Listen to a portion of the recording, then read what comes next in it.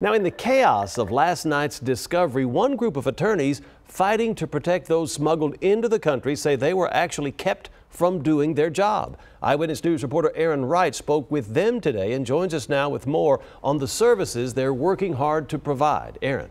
Jeff, RAICES says these people need to know their rights, especially if they're fleeing their home country out of fear of gangs or violence. From their offices just west of downtown, RAICES attorneys work to fight on behalf of people seeking new lives in the U.S. Today, they're saddened, saying they were not able to help the 54 immigrants found inside the tractor trailer last night. We were not able to offer our services because we were prevented by SAPD from speaking with the immigrants. SAPD won't comment, saying they were only there to assist the feds.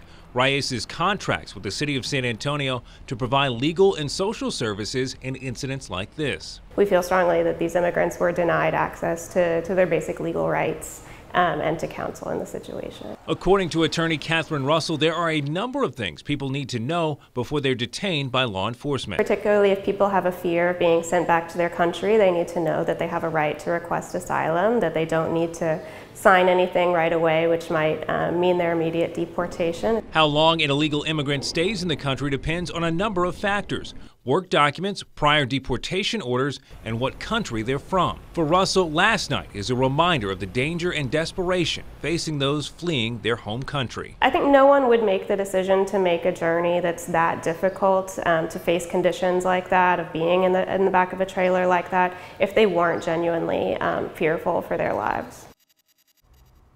According to RAICES, another reason these immigrants need attorneys is their families back home can't find them once they're detained in America. There are a number of ways you can help RAICES and their mission. You'll find them online with this story at KENS5.com. Jeff? Aaron, thank you for that explanation. And we will continue to monitor this story and we'll bring you the very latest on air and online at KENS5.com.